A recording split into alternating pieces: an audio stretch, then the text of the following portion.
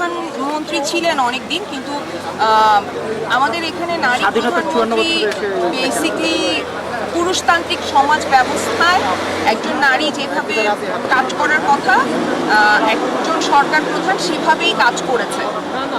কাজেই সে তখন নারী পুরুষ হিসেবে আসলে আলাদা করে কাজটা করেননি। একটা পুরুষতান্ত্রিক সমাজ ব্যবস্থায় একজন সরকার প্রধান যেভাবে কাজ করার কথা সেভাবে করেছেন বলেই আসলে নারীর অধিকার নিশ্চিত করা হয়নি। সো এইটা মোটা দাগে দেখলে মনে হতে পারে যে যেহেতু বহু বছর আমাদের এখানে নারী প্রধানমন্ত্রী ছিল এবং বিরোধী দলীয় নেত্রীও নারী ছিলেন, মাননীয় স্পিকারও নারী ছিলেন, বিভিন্ন বড় বড় ক্ষেত্রে নারীর শিক্ষার ক্ষেত্রে অনেক উন্নয়ন ঘটেছে, অনেক কিছু আছে মোটা দাগে দেখলে এরকম অনেক কিছু, কিন্তু এখনও আমরা পেপার খুলে দেখতে পাই প্রত্যেকদিন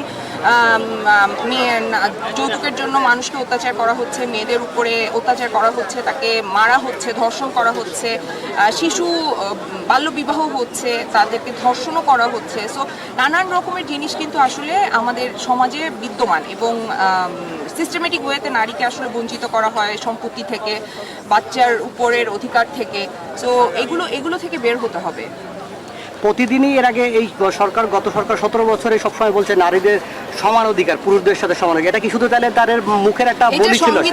এটা সংবিধানে আছে যে নারী পুরুষ সমান, কিন্তু সেই অনুযায়ী আইনগুলো যেভাবে আছে সেখানে অনেক বৈষম্য আছে। সেই আইনগুলো সংশোধন করা খুবই জরুরি এবং আমি আশা করি অন্তর্বর্তীকালীন সরকার সেই ব্যাপারে অবশ্যই মনোযোগ দিবেন। অন্তর্বর্তীকালীন সরকারের প্রতি আমাদের যে আশা বা যেই আশায় আসলে আমরা আজকের এই দিনটা দেখতে পেয়েছি, সেইটার মধ্যে অবশ্যই আমরা এরকম একটা সমাজ ব্যবস্থা চাই যেখানে আসলে সমাজ ব্যবস্থাটা হবে নারী বান্ধব এবং নারী তার সম্পূর্ণ অধিকার এবং স্বাধীনতা বুঝে পাবে।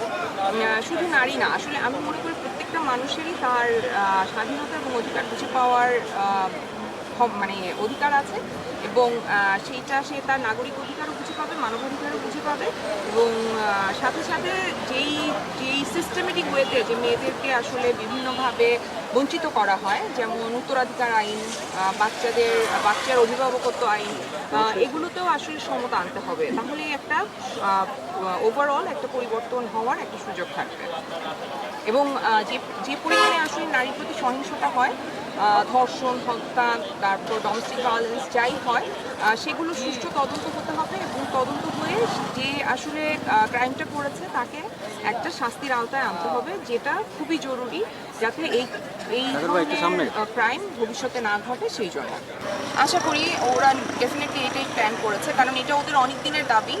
এটা 4 বছর ধরে ওরা আসলে এই দাবিগুলো করে যাচ্ছে। এটা আসলে আমাদের প্রত্যেকটা মেয়ে, প্রত্যেকটা মানুষেরই এই দাবিগুলো। এটা এমন কোনো আহামরি এক্সট্রা কিছু দাবি না। আমরা আসলে আমাদের ন্যায্যতা চাই, আমরা আমাদের অধিকারগুলো বুঝে পেতে চাই। আমাদের সাথে যে অন্যায়গুলো হয়েছে, আমাদের সাথে, আমাদের বোনদের সাথে যে অন্যায়গুলো হয়েছে, সেগুলো সুষ্ঠু তদন্ত হোক এবং তার বিচারের আওতায় আনা হোক এবং মেয়েদের সমতা, মেয়েদের কাজের ক্ষেত্রে, পরিবারে সব জায়গায় আসলে সমতাটা নিশ্চিত করা হোক।